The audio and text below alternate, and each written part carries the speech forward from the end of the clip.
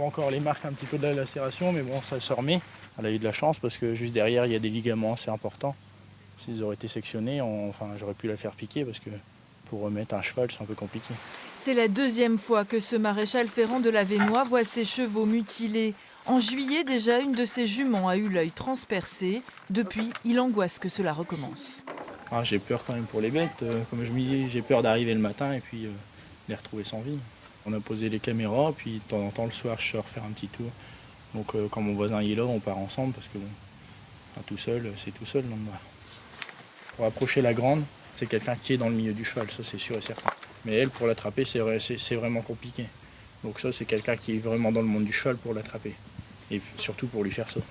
Ce constat, Kimberley le fait aussi. Il a dû recoudre à l'intérieur le muscle en fait, et à l'extérieur du coup pour la peau en fin de compte. Le cheval qui a été blessé en juillet est le plus farouche. On voyait que ça faisait un trou au niveau de la blessure en fait, et que ça descendait.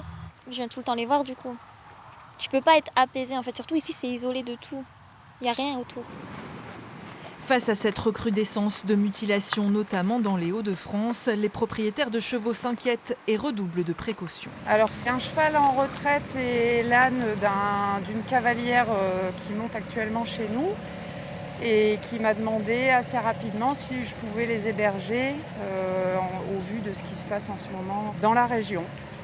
Ce centre équestre est déjà protégé par alarme et vidéosurveillance et les mesures ont été renforcées.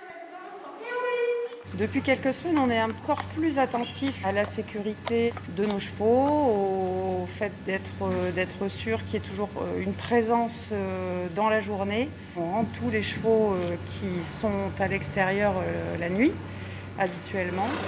Au-delà de l'inquiétude, les amoureux du cheval sont aussi très affectés par ces actes de barbarie. Quand on voit les nombres de témoignages qui se multiplient, on est très inquiet. On ne comprend pas pourquoi autant d'atrocités, de méchanceté envers des animaux qui ne demandent rien et qui nous donnent tout. Donc on ne comprend pas. Défis, rites sataniques, tous attendent désormais que la gendarmerie réussisse à découvrir les motivations de ces mutilations sur les équidés et arrête leurs auteurs.